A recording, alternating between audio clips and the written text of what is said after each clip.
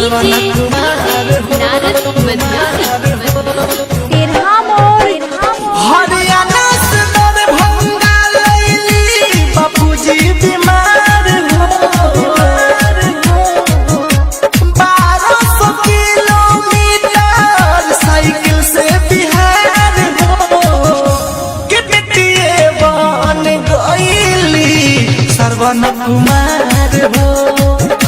कि ज्योति बन गईली सरवन कुमार हो सरवन कुमार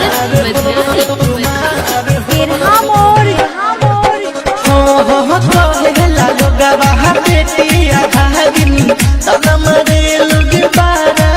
हो रहे खराब तबीयत हटी के बेटिए बनल सहारा हो देता बधाई करा सारा बिहार हो देता बधाई करा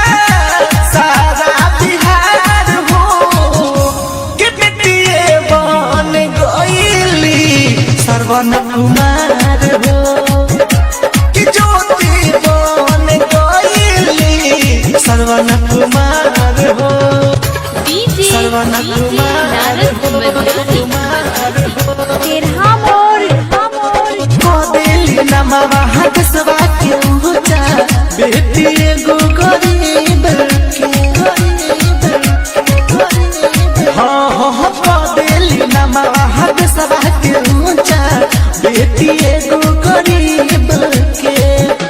कहता मुरारी उना मनली हार हो कहता मुरारी उना मनली हार हो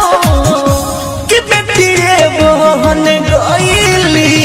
सरवन कुमार हो कि ज्योति बन गईली सरवन कुमार हो 1200 किलोमीटर साइकिल से बिहार हो कि बेटिए बन गईली सरवन कुमार हो कि ज्योति बन गईली सरवन कुमार हो नारद मध्यासी जिला धनसा